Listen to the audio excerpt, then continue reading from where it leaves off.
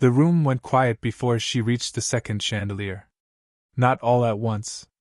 The quiet moved through the auric grand ballroom the way a cold front moves, felt before it is understood, one cluster of conversations losing its footing, then the next, then the bar going still, then the far corner, until 300 people in evening wear were operating at a frequency just below normal and nobody had said a word about why. The crystal drops above scattered amber light across white marble, and dark lapels and champagne flutes held at the correct angle. None of that changed. The room changed around it. Zora Mackenzie kept walking.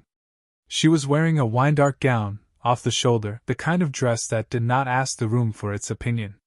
Her neck was bare except for a thin gold chain, her mother's, with something small hanging from it that the chandelier caught in brief, private flashes.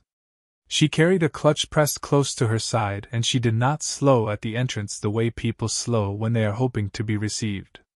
She moved through the parted crowd with her spine straight, and her face composed, her eyes reading the room the way you read a page you have been waiting a long time to reach.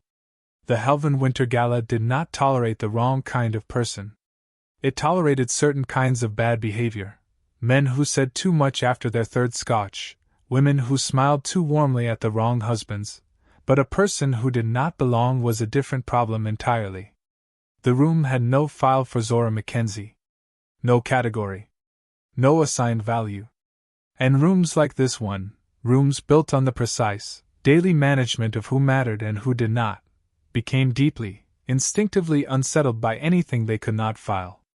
A woman in emerald satin near the entrance looked at her dress, her shoes, her bare neck, and made her determination in 2 seconds flat. The determination was delivered through the specific form of non-acknowledgement that is worse than any insult, the held gaze of recognition followed by the deliberate look past, as though Zora had resolved from a possible person into a confirmed nobody. Zora did not react. She accepted a glass of water from a passing server and continued her slow arc along the outer edge of the room. Hi viewers, I need you to answer this honestly in the comments right now. Have you ever walked into a room where the whole energy shifted the moment people saw you? Drop your story below. I want to read every single one. At the far end of the ballroom, near the tall window that looked out over the city, a man stood alone holding a glass of still water he had not touched. He was dressed in black, not a tuxedo, not a concession to the occasion, just black, precisely cut, like a decision made with complete certainty. The 2 men flanking him at a careful distance kept their eyes on the crowd. His eyes were on Zora. Only Zora. And there was something in the quality of that attention that was different from everything else in the room. The room stared the way people stare at an accident. Cash and Varelli watched the way a man watches a move he has been waiting months for. Nobody noticed that. Across the ballroom, Dominic Helvan set his champagne down. His assistant Perry, standing 2 steps behind him with a practiced invisibility of his own, saw his employer's fingers stop moving. Saw the chin lift by a fraction. Saw something pass behind those eyes that Perry had never seen there before. Not fear, not anger, but the specific unease of a man whose body has registered a threat his mind has not yet named. Perry reached for his phone. Zora moved deeper into the room. She was not looking for a friendly face. She had not come here for that. She had come because someone had sent for her, and the person who sent for her knew exactly what she was carrying. She just did not yet know how long they had known. If you believe the people this world overlooks are often the most dangerous ones in the room, subscribe right now. Comments stared if you are already on Zora's side. Stay right here because what happens next in this building is going to change everyone inside it. Tuesday night. 7th floor. Every desk empty except hers. The overhead lights in the Halcyon Group offices made a thin, honest hum when the building was quiet, a sound that only existed after 7 in the evening, when the people who performed busyness all day had gone home and the actual work, the work that did not come with an audience, could begin. Zora Mackenzie had been at her desk since 8 that morning. She had eaten a sandwich at her keyboard at noon without tasting it. She was cross-referencing a client portfolio's quarterly reconciliation against the original investment agreement, which was the kind of task that existed to teach junior analysts patience, and she was almost finished when the number appeared twice. March 14th. An inflow. March 28th. The same figure, reduced by $847,000, in a different account designation. Same quarter. She stared at it. She pulled the transaction record. She looked at the account number. She looked at the originating entity, Carve Point LLC. She had never seen that name before. She noted it, cross-referenced it against the master entity list, found no match, and pulled the thread anyway, not out of suspicion, but out of the same instinct that makes a person straighten a picture frame they walk past every day. The crooked thing offended her precision.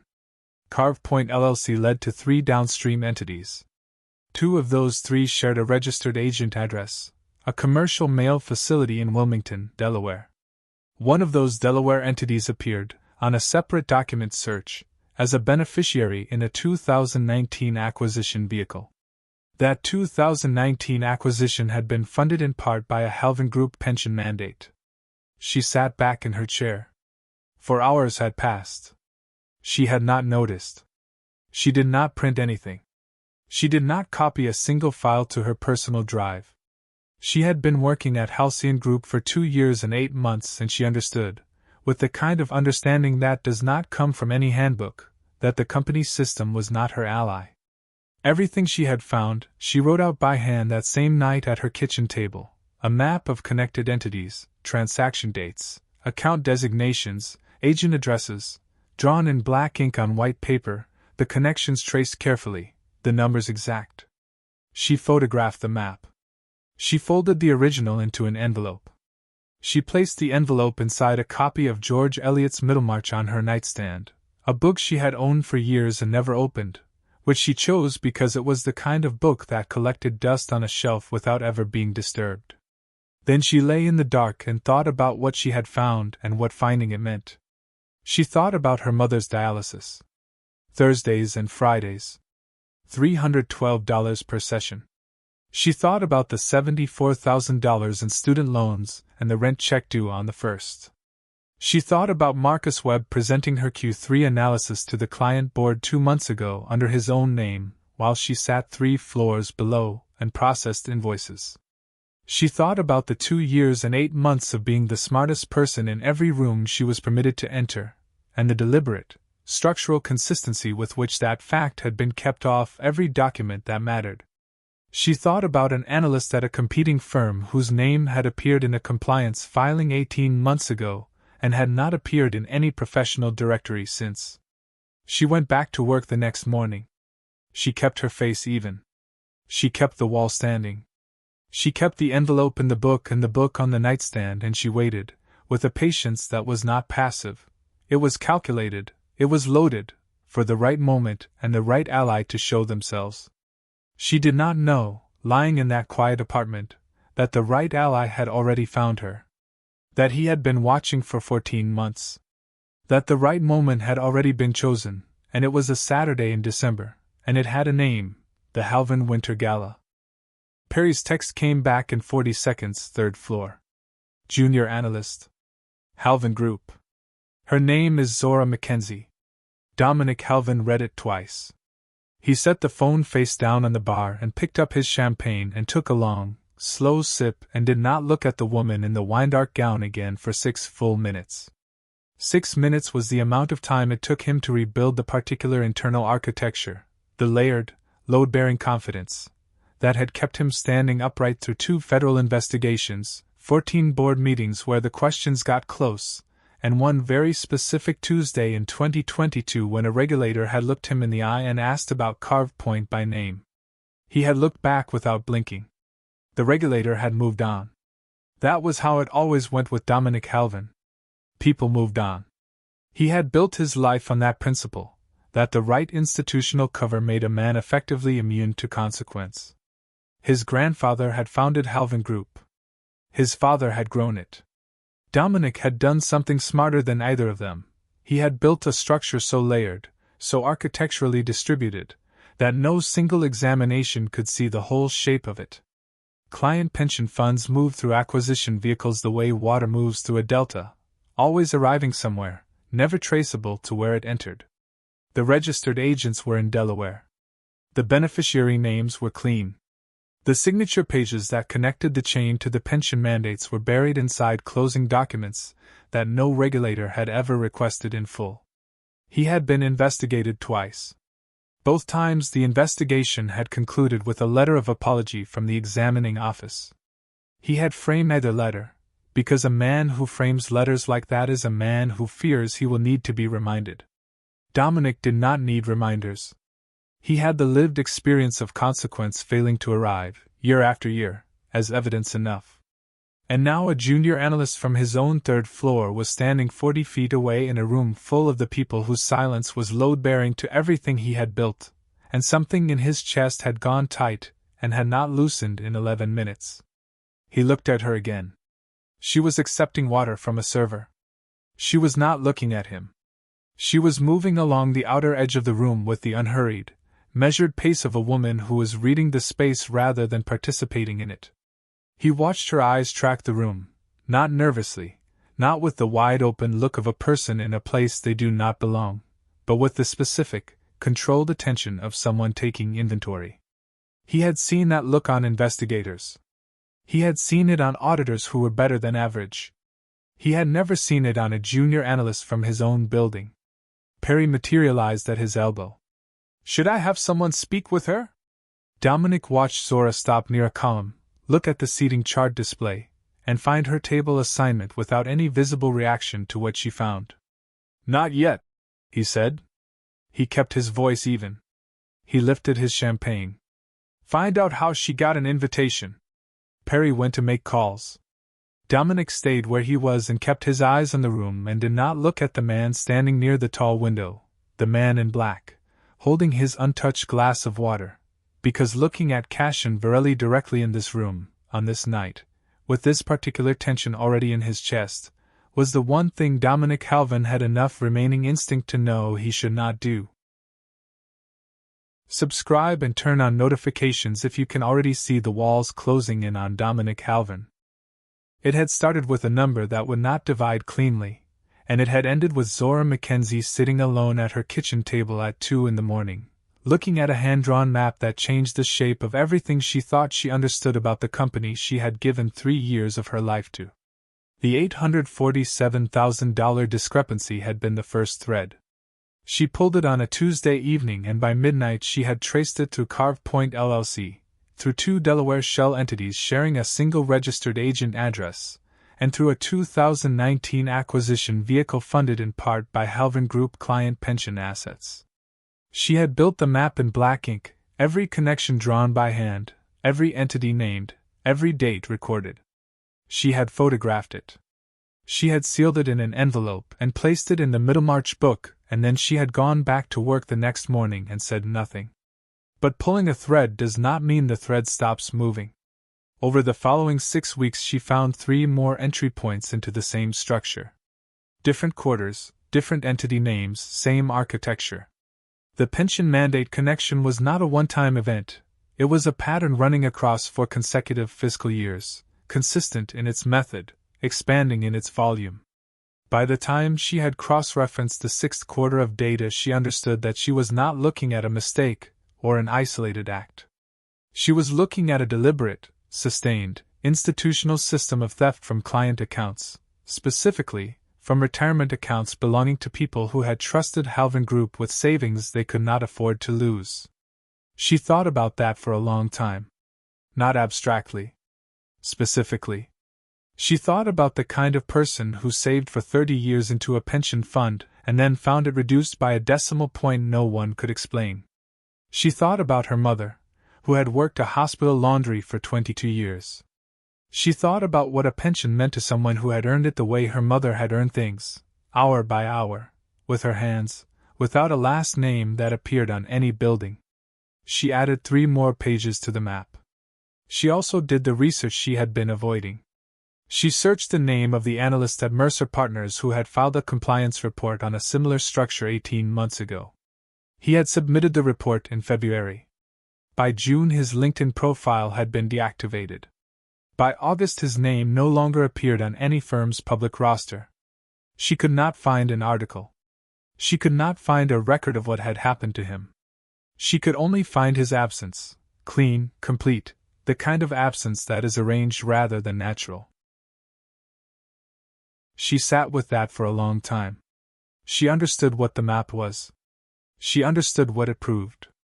She also understood, with total clarity, that this was not something you walked into a compliance office with. This was not something you emailed to a regulator and walked away from. The structure she had traced was protected at every institutional level she could identify: the board, the advisory contacts, the regulatory relationships built over years of charitable endowments, and carefully placed phone calls. You could not fight this from inside it. And the only person she had ever heard of who operated entirely outside the institutions that protected Dominic Halvin, who owed nothing to them, who had his own reasons for wanting exactly this kind of exposure, was a man whose name she had never spoken to directly.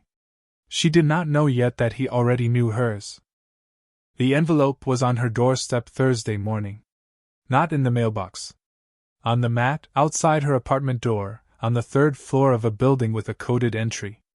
Zora stood in the doorway in a gray oversized shirt with a coffee mug in her hand and looked at it for a full 5 seconds before she picked it up. Cream cardstock. Heavy. Her name written on the front in black ink by hand, in a script that was deliberate and unhurried, the handwriting of someone who wrote rarely and treated each letter as a decision. No return address. No stamp. No postmark. Inside, one card. The Halvin Winter Gala. Saturday the 14th. Auric Hotel, Grand Ballroom, 7 in the evening. Her name pre-printed on the inner portion the way names are printed when attendance has already been assumed and the only question is whether the guest will confirm what the host already knows. She set it on the kitchen counter. She drank her coffee at the window. She did not touch the card again for 34 minutes. Then she picked it up, read it a second time, and began to think through what she actually knew. She had processed the catering invoices for this event 6 weeks ago. $118,000. She had noted, without expression, that the catering vendor was a subsidiary of a carved point adjacent entity, the same carved point that sat at the center of the map in the Middlemarch book on her nightstand. She knew the guest list categories: board members, senior partners, advisory contacts, institutional faces whose signatures appeared on the closing documents she had spent months memorizing. She knew who would be in that room and what each of them knew and what each of them had chosen not to know, which was its own kind of knowledge. She also knew who Cashin Varelli was. Everyone in finance in the city knew his name the way they knew the names of things they had learned not to say carelessly. He did not sit on boards. He did not give interviews. He was not photographed at events like this one, which made the fact that his name was on the guest list. She had cross-referenced it 3 weeks ago, when she processed the seating coordination invoice, significant in a way she had not been able to place until this moment. He was known the way a current is known, not by seeing it, but by watching what it moved. The people who had positioned themselves against his interests had a way of becoming professionally irrelevant over time, steadily and completely, without drama and without any single visible cause. She stood in her kitchen and held the invitation and understood that she had 2 choices. She could place it on the counter, go to work on Monday, stay invisible, and continue waiting for an ally and a moment to find her on their own timeline. Or she could walk into the Auric Grand Ballroom on Saturday night, in the room where the people who had spent 3 years erasing her name were gathered, and find out exactly what Cashin Varelli knew and what he wanted, and why he had decided the moment was now. She walked to her closet. She found the wine-dark gown between a winter coat and a dress she had worn to a funeral. She held it against herself and looked at her reflection without expression, the way she looked at numbers that required a decision, not with emotion, but with the clear-eyed assessment of someone who already knows what the right answer is and is simply confirming it before she moves. She hung the gown on the closet door. She went back to her coffee. Saturday was 2 days away, and she had things to prepare. Dinner was 7 courses and a performance, and Zora Mackenzie was the only person at the table who knew she was watching both. She had been seated 4 chairs from Dominic Halvin. Not at the edge of the table. At the edge would have been dismissal, and dismissal carried its own message. 4 chairs was something more considered than that. Close enough to hear everything said at the head of the table. Close enough for Dominic to see her face without turning his head. Far enough to be formally deniable as a placement. Someone had measured that distance carefully, and that someone was not Dominic Halvin, because Dominic Halvin, she understood this within the first 10 minutes of sitting down, was not the architect of this evening. He was its subject. The man to her right introduced himself as Terence Odom, Portfolio Strategy, 22 years at the firm. She said her name. He repeated it back slightly wrong, the way people repeat names they have decided do not require accuracy, and turned to the man on his other side. Across from her, a woman named Briella Santi, whose name Zora had seen on a board resolution filed 14 months ago, spoke in a low, assured voice to her dinner companion about the elegance of the Q4 structure. She said it the way people say things in rooms they believe are entirely safe. Zora ate the first course and listened. Listening, she had long understood, was not a passive act. Most people listened the way they read the terms of a software update, moving through the words with the intention of absorbing meaning but extracting only the confirmation that they had been present. She listened the way a sonar array listens, tracking not just the words but the architecture underneath them. What was said slowly? What was said quickly and then undercut with a laugh? What was started and redirected before it could become specific? By the second course she had counted 4 redirected sentences. Terence Odom had begun a thought about the Q4 consolidation and completed it with the standard review process, pressing his left hand flat against the tablecloth with the unconscious pressure of a man choosing words under load. A man named Clifton Reese, seated 2 places to Dominic's left, had mentioned a timeline and immediately softened it to a scheduling flexibility. Another man, she did not have his name yet, laughed at something that was not a joke, the specific laugh of a person filling a silence before it could become meaning. Every sentence in this room was being managed. The conversations were moving at a speed designed to prevent anything from being examined too closely, and the person controlling that speed was Dominic Halvin, not loudly, not obviously, but by the precise calibration of when he laughed, when he asked a question, when he shifted the topic with the natural ease of a man who had spent years making control look like personality. Halfway through the third course, Zora let her eyes move briefly to the second table. Cassian Varelli was seated there now. She had not seen him move from the window, which was itself a kind of information. He was listening to the gray-haired man across from him. The gray-haired man was speaking quietly. On the table between them, almost out of sight beneath the edge of the tablecloth, something small and rectangular sat at the gray-haired man's elbow. Zora looked at it for 1 second and looked away. She understood what kind of evening this was. She understood what kind of room she was sitting in. And she understood, with a coldness that settled low in her chest, that she had not been placed at this table to observe. She had been placed here because she was the only person in the room who could confirm, from the inside, from 3 years of documented proximity, what the gray-haired man's rectangular device had been placed here to record. By the 5th course the room had stopped pretending to be a party. Not loudly. The crystals still caught the light. The servers still moved with the practiced quiet of people trained to be invisible. The conversation still carried the surface texture of a social evening, names dropped, deals referenced in the abstract, compliments delivered with the precision of people who had learned compliments as a professional tool. But underneath all of that, the room had changed its frequency, and Zora felt it the way you feel a change in air pressure before weather arrives. 3 more redirected sentences. A 4th. Briella Santi had looked at her wine glass twice in 5 minutes without drinking from it, the specific hesitation of a woman recalculating something. Clifton Reese, 2 seats to Dominic's left, had gone quiet in a way that was different from his earlier quiet. His earlier quiet was the quiet of a man who had nothing to add. This was the quiet of a man who had too much to add and had decided, very recently, that adding it was not in his interest. Zora tracked all of it. She kept her face even and her posture relaxed, and she tracked every person at the table the way she tracked transaction columns, not looking for one thing, but letting the full pattern show itself. Patterns required patience. She had patience. What the pattern showed her, assembled piece by piece over the course of 5 courses and 2 hours, was this: the people at this table were not performing comfort. They were performing the absence of discomfort, which was a different performance entirely, and required much more skill and much more awareness of what the audience might be looking for. These were people who knew, on some level, that this evening was not what it appeared to be. They were choosing, in real time, how much of that knowledge to acknowledge and to whom. She looked at Cashin again. He was cutting his food. Unhurried, economical. His dinner companion, the gray-haired man, was speaking in a low, steady voice.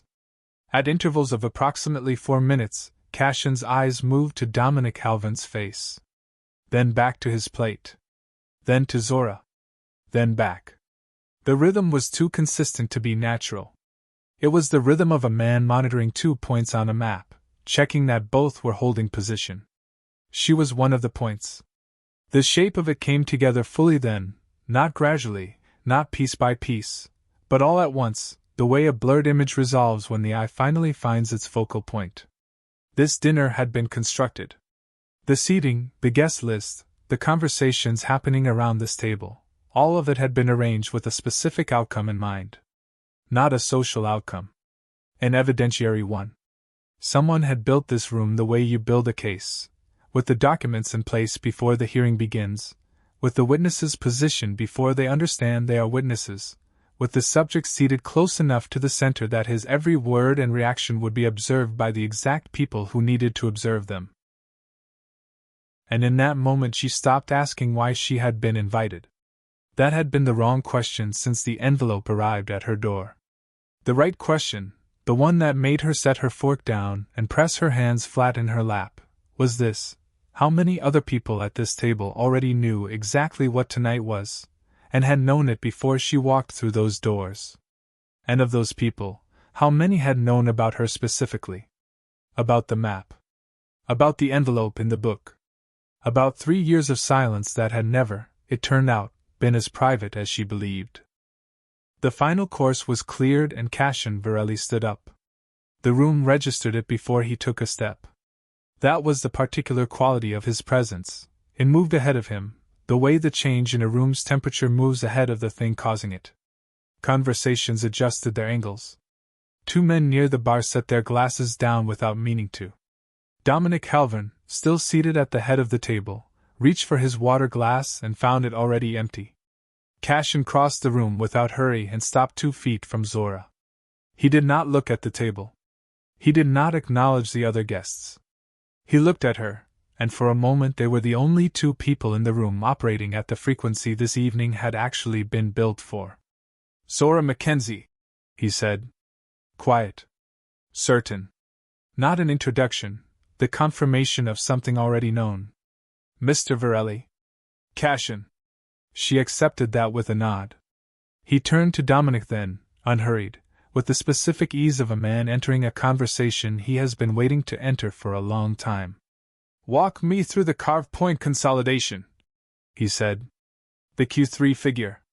The one that moved twice. Dominic Halvan had survived 2 federal investigations.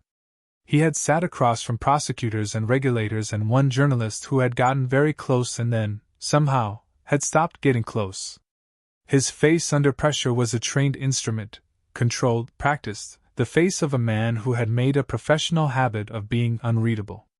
But a face trained against expected pressure does not always hold when the pressure arrives from a direction it was never prepared for. His mouth opened by a half centimeter before the words came. I'm not certain which specific figure you're referring to. 847,000, Cashin said. Inflow March 14th. Outflow March 28th. Different account designation. Same quarter. 1 beat of silence. The Wilmington registered agent appears on 2 of the 3 downstream entities. You know the address. The table had gone completely still. Not the performed stillness of people pretending not to listen, the actual stillness of people who had stopped pretending and were simply there, unmoving, fully present, waiting for whatever came next. Dominic set down his empty water glass. I think there is some confusion about the context of HC 2021-0243, Zora said. Her voice was level. She did not raise it. She did not need to. The document number fell into the room the way a stone falls into water, creating a ripple whose radius everyone at the table felt immediately. February filing, she continued. The carved point to Meridian transfer. Your signature is on page 3. I have a copy. I also have the 6-quarter transaction record connecting the Whitmore pension mandate to the carved point chain, the Delaware agent documentation for entities 3 and 4, and the 2019 HG Vantage acquisition closing document showing the pension asset linkage. She paused for one breath. None of those documents are only in my possession. Dominic turned and looked at her. Fully. For the first time in 3 years he looked at Zora Mackenzie the way you look at a person, not past her, not through her, and what moved across his face was not anger and not threat. It was the unguarded, specific expression of a man who has just understood that the ground beneath him was never solid, and that the person who had known this longest was a junior analyst who had sat 3 floors below him for 3 years without saying a word. The gray-haired man at the second table reached into his jacket and placed a small recorder on the tablecloth in front of him. He did it quietly, without announcement. Everyone in range saw it. Nobody spoke. Cashin said nothing. He let the silence hold. He was very good at holding silences. What rewrote the shape of the evening for Zora, what landed with the weight of something she could not unfeel, was the specificity of what Cashin had named. The exact figure. The exact dates. The Wilmington address. Those details existed in one place, her handwritten map, sealed in an envelope, inside a book in her apartment. She had shared them with no living person. Which meant the man standing 2 feet from her had access to information she had never made accessible. Which meant he had been watching her work, not her submissions, not her output, but her process, her private, off-system, 2 in-the-morning kitchen table process, for long enough to know the shape of what she had built before she had finished building it. He had not found her tonight. He had not noticed her when she walked in. He had been watching her long before tonight. The question that rose in her chest was not one she could answer in this room, in this moment. How long? And what exactly he had been waiting to see her do before he decided she was ready for Saturday the 14th. Dominic Halvin stood up. That was his first mistake. Seated men can maintain the performance of calm indefinitely. A man who rises abruptly in a room where everyone else is still seated has already delivered a verdict on himself, the body betraying, in one unguarded movement, what the face had been working to conceal.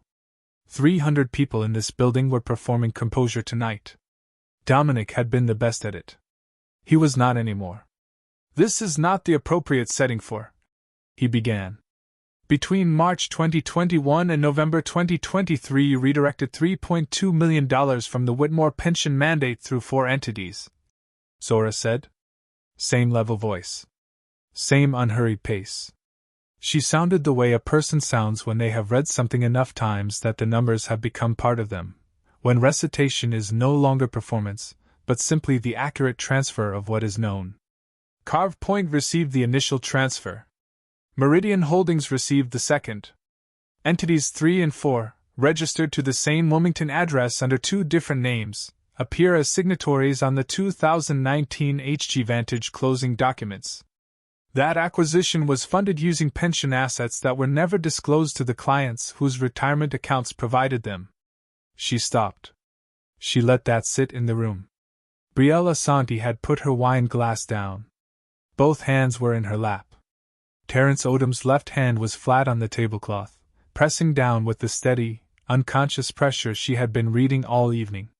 Clifton Reese had leaned back exactly 2 inches, the specific physical retreat of a man creating distance from something he no longer wants to be associated with, without being obvious enough to confirm that he was ever associated with it at all. I have the document numbers, the transaction dates, the signature pages, and the registered agent records, Zora continued. The chain of evidence does not begin with me and does not end with me. Removing me from this room removes nothing from the people who already have it. Dominic looked at Cashin. It was a long look, and it contained the entire history of what Dominic believed about his own protection, the regulatory relationships, the endowments, the carefully managed silences, compressed into the wordless question of whether any of it still held. Cashin held his gaze with the permanent, settled quality of a closed door. No anger. No satisfaction. Just the unchangeable quality of something that has already been decided and will not be reconsidered. Brielle. Dominic said her name the way men say the names of people they expect to help them. The way you call for support you believe is structural. Brielle Asante looked at the table. Not at Dominic. Not at Zora. At the table, the white linen, the empty crystal, the cleared plates. She sat with her hands in her lap and she looked at the table, and in doing so she delivered the verdict that no document, no recording, and no statement could have delivered as completely. The alliance that had taken years to build dissolved in the 4 seconds it took her to make the decision to look away. Shared interest, Zora had long understood, was not loyalty. It was a calculation. And calculations change when the math changes. Cashin said 4 words to the 2 men who had been standing near the entrance all evening. The men moved. Dominic Halvin left the room accompanied by people he had never introduced to anyone as anything, and the door closed, and the room exhaled. Zora stood in the space his departure had left, and breathed. Not with relief. Relief implies the fear was bigger than the preparation, and Zora Mackenzie had prepared for 3 years. What she felt was something quieter and more durable. The specific, earned calm of a person who came to do a thing and did it. The wall had held because it was never a wall of fear. It was a wall of timing. And the timing was now. The chandelier threw its light. The servers collected empty glasses with the professional efficiency of people for whom extraordinary evenings were simply ordinary evenings that ran a little long. The room, slowly, resumed the sound of itself. And nobody in it looked at Zora Mackenzie with confusion anymore. They looked at her the way they looked at Cashin Varelli, carefully, and from a respectful distance, with the full understanding that underestimating this woman had already cost one man everything he had spent a lifetime building. The ballroom thinned the way a tide pulls back, slowly, then all at once, the crowd dissolving in clusters until the space that had held 300 people held 30, then 12, then only the ones who belonged to the particular quiet that follows something irreversible. Zora stood near the tall window. The city spread below her, indifferent and electric, headlights moving through wet streets, a traffic light cycling through its colors for an empty intersection, the lit windows of buildings full of people who would never know what had happened in this one tonight. She held a glass of water with both hands. Her gold chain caught the last of the chandelier light in one small, steady point. Cashin came to stand beside her. Not close. The measured distance of 2 people who have been through something together and are, without discussion, deciding what that means. 14 months, she said. He had told her the number quietly, in the minutes after Dominic left, and the room was finding its new shape. She had received it without expression. She had needed time to hold it, to feel the actual weight of 14 months, which was not abstract. It was 212 dialysis sessions. It was 18 stolen reports with someone else's name on them. It was the Tuesday she had found the map and gone home and lain in the dark and made the calculation that silence was the only safe move available to her, not knowing that someone already knew what she had found and had decided the same thing for different reasons. "You let them take my work," she said. Clean. No wound in her voice, because she was not performing an injury. She was naming a fact, the way she named figures in a ledger, not with emotion, but with the precision that the fact deserved. "Yes," he said. "You watched me sit in that building. You watched them erase my name from things I built." "Yes." The honesty of it, 2 syllables, no apology dressed up as explanation, was the first thing she had heard from a person in this industry in 3 years that she did not have to check for a second meaning. She looked at the city for a moment. "Say the reason," she said. He was quiet the way he was always quiet, not withholding, assembling. A car moved through the street below, its headlights crossing the window and moving on. A structure like Halvin's does not fall on testimony alone, he said. Testimony gets challenged, buried, redirected. What Reginald Tate needed, the man at the second table, Federal Financial Crimes Unit, was a documented chain built by a credible, independent source. Someone with no prior connection to me, no arrangement with me, no reason to have built what she built except that she was precise enough to find it and disciplined enough to keep it intact. He paused. You were the source. You could not be the source if I had intervened. You could not be credible in a federal proceeding if my protection was attached to your name. The distance had to be real. The wall had to be yours. She took that in. It had the shape of something true. It also had the shape of something that had cost her 3 years of Thursday dialysis copays and watching her name disappear, and she was old enough in the ways of this world to know that true things and costly things were not mutually exclusive. Both could be real at the same time. She could accept the logic and still name the price. What are you offering? She said. Your name on the correct documents, he said. The real ones. The ones Tate files in the morning. Your statement on the record, witnessed, in front of 30 people who cannot claim they did not hear it. Halvin will not be quietly managed. He will be charged. The institutions that covered for him will face examination. The people in this room who spent the evening choosing their words carefully will spend the next year choosing them even more carefully, in rooms with federal investigators. He looked at her directly. And every professional contact who needs to understand what you are and what you built, they will understand it. Not as a favor. As a matter of public record. Zora was quiet for a moment. She looked at the city below, the wet streets, the cycling traffic light, the ordinary machinery of a world that kept moving regardless of what happened inside particular buildings on particular nights. Then she said, I want that in writing. Something shifted at the corner of his mouth. The geography of a smile without the performance of one. By Monday morning, he said. She set her water glass on the window ledge. She picked up her clutch.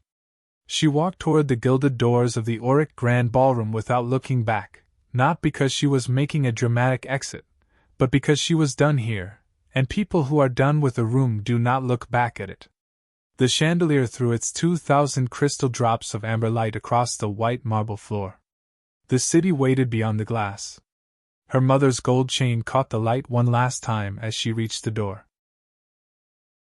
They had called her furniture for 3 years.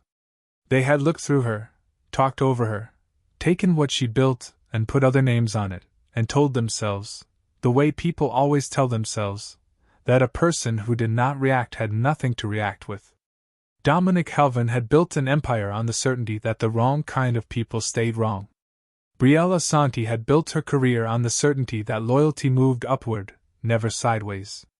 Marcus Webb had built his reputation on the certainty that a junior analyst would rather keep her job than her name. Every single one of them had been certain. And not one of them had been right. Because Cashin Varelli had seen Zora Mackenzie from the beginning, not tonight, not when she found the map, not when the envelope arrived at her door. From the beginning. He had watched her build something extraordinary in silence, under pressure, at a kitchen table at 2 a.m, with nothing but a pen and the most precise mind in any building she had ever been permitted to enter. He had not moved early. He had not protected her early. He had waited, with the patience of a man who understood that some things only work when the world has had enough time to fully expose itself. Tonight was that time. And the woman who had been invisible for 3 years walked out of the Auric Grand Ballroom carrying her own name, finally, exactly where it belonged. If this story moved something in you, if Zora's 3 years of patience, precision, and quiet power felt like something you needed to hear today, please subscribe right now and turn on your notifications. This channel exists for stories like this one, stories about people who were counted out and proved every count wrong, about patience that looks like weakness until the moment it looks like everything. Share this video with someone who is in their quiet season right now. Someone who is building something the world cannot see yet. Tell them Zora's name,